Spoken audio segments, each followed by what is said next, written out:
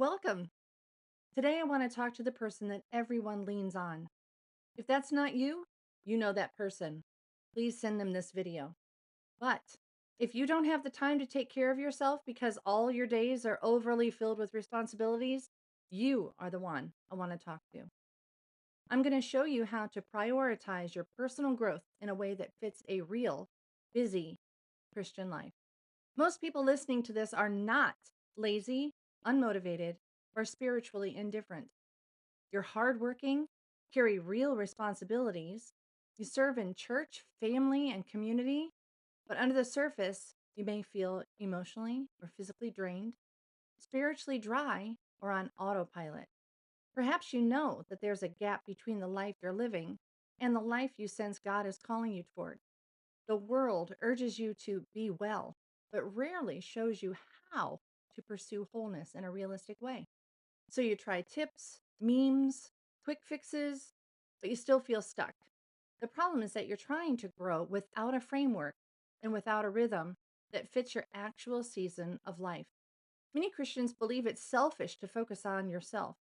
We're taught from childhood that we should pour out ourselves for others and not concern ourselves about our own well being, but actually success in a Christian's life as faithful stewardship of the life, abilities, relationships, and resources He gave you.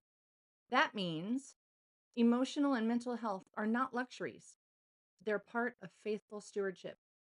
Physical, vocational, social, and financial wellness are not extra. Neglect in even one of these areas of life eventually affects all of life. Your wholeness is not a distraction from ministry. Your wholeness is part of your ministry to your family, your church, your work, and your community. Well, I promise to show you how you can prioritize growth. We need to start with the 6 dimensions of health and wellness. Now, stay with me. This will help, I promise. It won't take very long for us to get through this. Emotional wellness is the first dimension.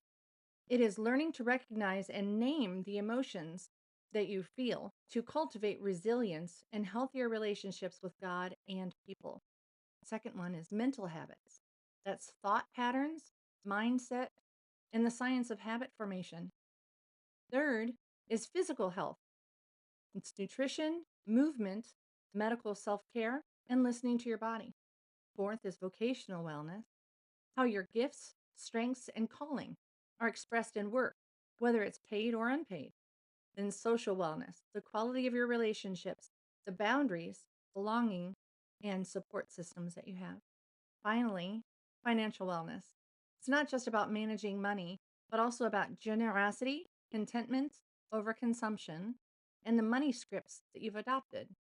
So, why does this matter? You are living as an integrated person with all those dimensions overlapping and affecting each other.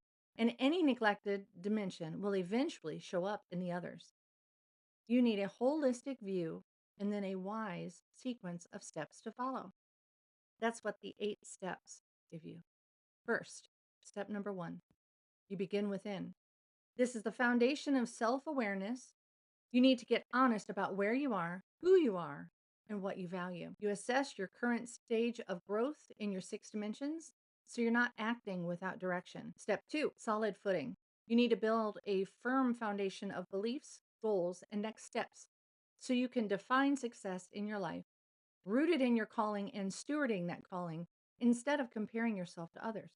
Step 3, hindrances. These are the invisible forces that shape us. Find your internal and external obstacles. Like Carl Jung said, until you make the unconscious conscious, it will direct your life and you will call it fate. Step 4, distractions, attention hijackers. What constantly pulls your focus away from what matters? Sometimes it's digital distractions, and sometimes we create busyness and mental clutter to keep from doing what actually matters. Step 5, weeds. This represents relational influence that chokes growth. Examine your relationships and influences for making decisions about which should be cultivated and which should have stricter boundaries in order to protect what God is growing in you. Step 6, stones that trip us up. This looks at obstacles and wounds. Stones dropped on your path by others, stones you've carried, and stones you've dropped on other people's paths. You can transform obstacles into stepping stones through building resilience, giving them meaning, and repairing your path harmed by wounds. Step 7, we're almost there. Stay with me. Step 7, habits and rhythms. This is where your change becomes sustainable. Small, repeated actions that literally rewire your brain over time.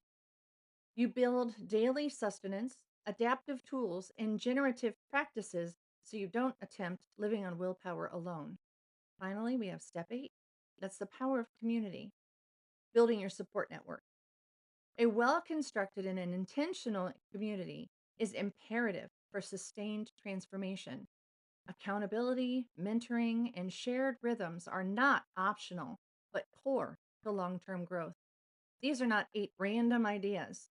They are carefully sequenced to move you from awareness to foundation, from clearing objects to building habits, from isolation to community. So, how do you use all this when you're so tired and busy all the time? Here's the realistic way to prioritize your growth, like I promised you. First, schedule one quiet, undistracted hour in your week. Read through step 1, which is begin within. That's in chapter 3, with a journal nearby. Answer the self awareness questions. Reflect on your own definition of success. Then use the 6 dimensions descriptions in the book's introduction section to take a quick inventory. Where am I neglecting myself the most right now? Choose one dimension and begin working on it by putting it through the 8 steps. Oftentimes, the choice is emotional or physical or social because those dimensions tend to be the most obvious problem areas. Now, let's walk that dimension that you chose through the steps one at a time. Step 2, solid footing. Define what success is in that dimension and what it would actually mean in this season. Step 3, name the invisible forces that keep you from tending to that area. Step 4, distractions. List what hijacks your attention away from working on it. Step 5 is weeds. Identify the relationships or voices that are choking progress in this area. Step 6, the stones. Ask yourself, what wounds or past failures make this dimension feel risky or hopeless? Step 7, that's habits and rhythms. Design just 1 or 2 small, repeatable actions that serve this dimension. Don't try to be an overachiever here, please. Just 1 or 2 and no more. Step 8, power of community. Choose someone to walk with you through this. Tell them what you're doing. That's it. You've already made a change toward progress. And if an object in motion tends to stay in motion, keeping the momentum isn't as hard as getting started was. So the next step would be to schedule 3 to 5 round to it moments of 15 to 20 minutes each week with just one clear focus, either today's journal prompt, the exercise, or action step from the chapter that you're in. No huge overhaul, just consistent, minute progress.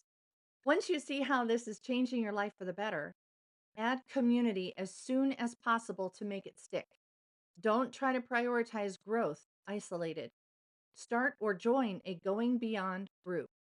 Use the end of chapter discussion questions. Treat each session as one more step from stuck to unstoppable that you're taking together.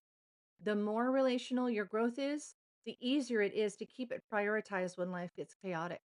Before you know it, you're cultivating a life that honors God with your whole self, serves others from a place of health and not depletion, makes a unique contribution only you can make. This is a spirit sensitive, research informed roadmap using the 6 dimensions of health and wellness and the 8 steps from stuck to unstoppable. If you will begin within, give yourself solid footing, face your hindrances, distractions, weeds, and stones, build habits and rhythms, and step into community, you will not only move from stuck to unstoppable, you will live a satisfying life that genuinely matters to God and to the people within your reach.